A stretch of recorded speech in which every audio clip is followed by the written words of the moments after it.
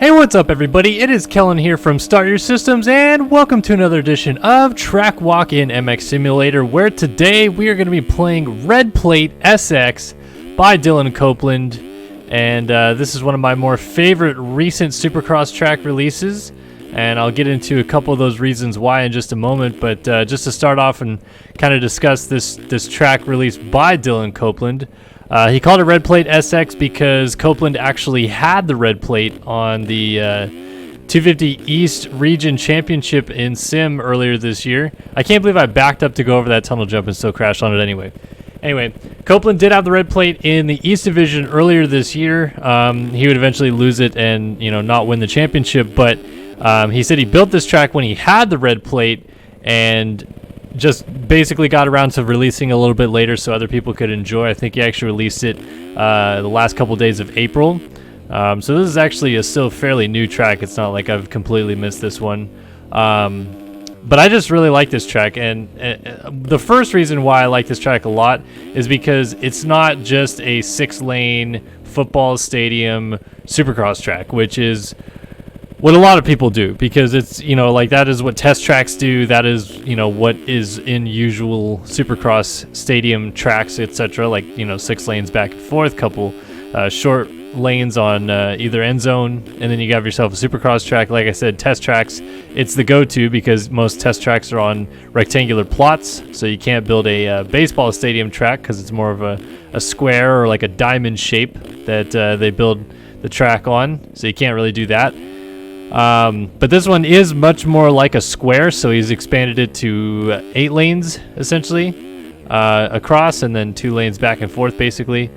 And overall, it's just got a really, really nice, good flow to it. A lot of different line options, which I always enjoy on a Supercross track. It's kind of sucks when you find like a stale track that just like almost forces you into the same rhythm lanes every single time, but this one has a lot of different options that you can do. Like this section is pretty straightforward, like you want to triple in, triple out, because that's obviously the fastest way to go through it, but then there's different options in just about every other rhythm lane, and I'll try to hit those each as much as I can. But Copeland's a really, really solid track creator, especially with the Supercross tracks. He just seems to kind of hit the nail on the head on scaling and, kind of like jump spacing and flow. And I haven't tried his tracks with the road too much, but I'm sure he's probably got that pretty dialed in as well, because being a really fast sim player, he probably wants to have something that he can test for the real races as well. And overall, just a really solid job here. Supercross tracks are not as intensive as making a motocross track in this game, like if we're just being honest, because all you really need to do is make your standard 3-foot singles, your standard tables, your standard 5-foot singles, maybe a couple different ramp shapes and stuff like that. Like that table there in that corner is probably a different gradient. Finish line takeoff, finish line landing, and a triple, and here he's got a couple rollers, so that's a little bit more difficult than just making regular gradients. But you're not dealing with terrain undulations too much unless you decide to do that in a Supercross track, which he hasn't done here. This is a flat Supercross track, so it's not necessarily the hardest thing to make. And then on top of that, environment wise, he's gone pretty basic, I would say. Here it's not the gnarliest, coolest environment I've ever seen, but it's also not completely bland. It's got light fixtures all around the track, which is kind of cool, especially if he would one day decide to turn this track into a night version, with the lights flooding from the light fixtures around the track.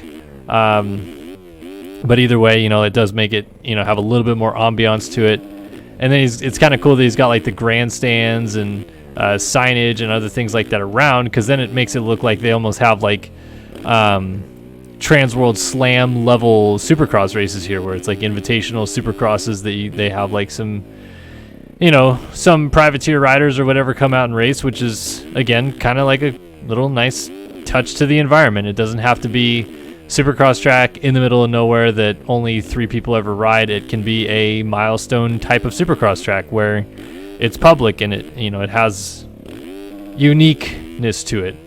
So I like this track because it's got a lot of different features. Like I said, the rhythm lanes are one of my favorite parts of it, just because there's different options, and I'll try to start taking on those different options now. I like that the track's bigger than a regular Supercross track. and he is really solid with jump shape and transition, which not a lot of people get right in Supercross. Like some people just, don't even think about transition between jumps. They just lay a jump, lay a jump, lay a jump, lay a jump, and then go back and play it and realize that, they've got too much of a flat space in transition, or they haven't rolled out the sections between jumps because they've only laid down singles, etc., etc. So Copeland does a really good job at kind of uniformly tying that all in together. And so I like playing his tracks because they're those types of tracks that you have to pick up and you don't really have to think about, oh great, like what's that one jump on the track or two jumps on the track that have too peaky of a transition that you have to seat bounce in some awkward way, or some weird tire tap thing that you have to get all funky. It's just a basic nice Supercross track, so I like it for all of those reasons. Rhythm lanes, like I said, very cool, the different options that are available. I like this hip jump table thing that he has in there.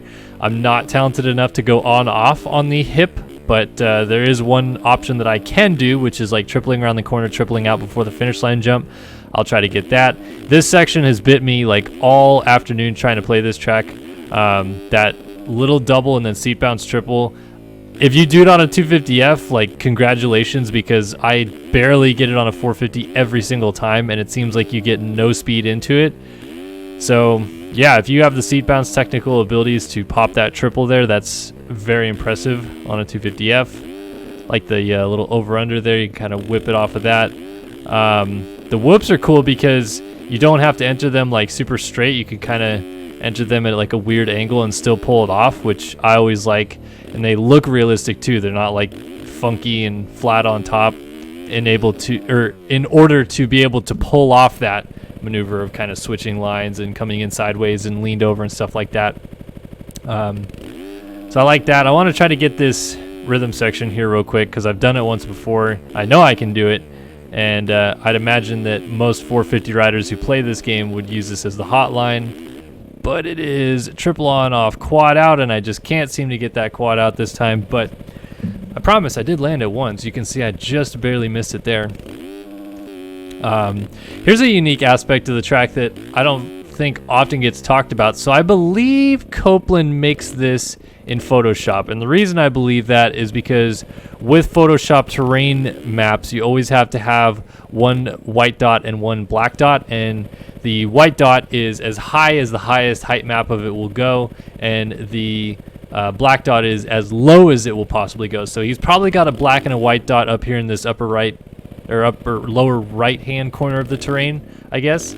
And the black dot is obviously at ground zero, and the white dot is at the highest point of the racetrack, which is probably one of those triples or finish line jump landings on the other side of the track.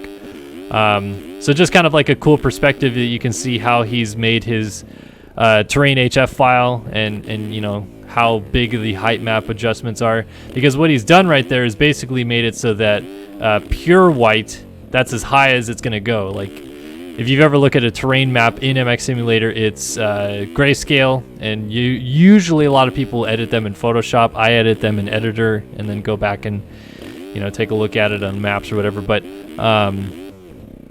yeah, it's a grayscale map.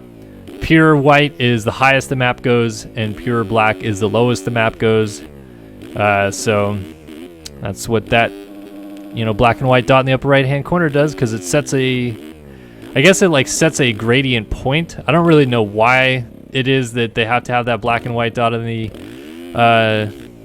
whatever corner of the map they put it in. But I've seen it for years because I used to learn how to build tracks from Checkers, and Checkers does all of his work in Photoshop as well, and he always has to put the black and white dot. Also, so I just landed a barrel roll, which is really, really cool. And I see people comment sometimes in videos where like I'm just riding and talking and suddenly I've landed some crazy barrel roll or something cool like that.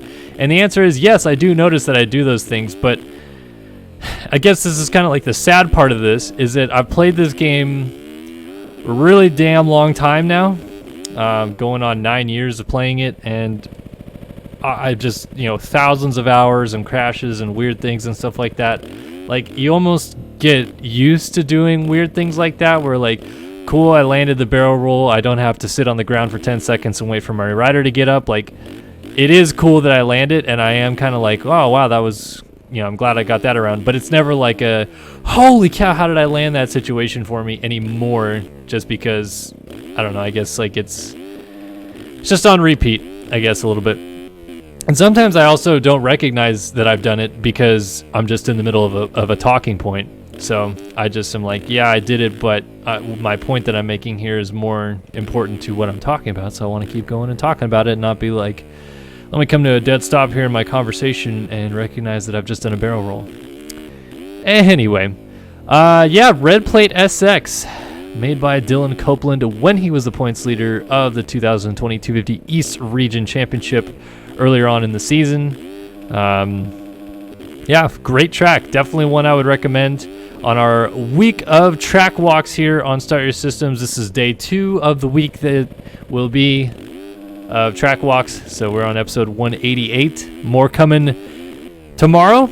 And yeah, hopefully you guys enjoyed this one. Check out this track if you haven't already. If not, just be sure to give Dylan Copeland a little bit of love for throwing another awesome track out here for us to play. And as always, I really appreciate you guys stopping by and watch another edition of Track Walk here in MX Simulator on Start Your Systems.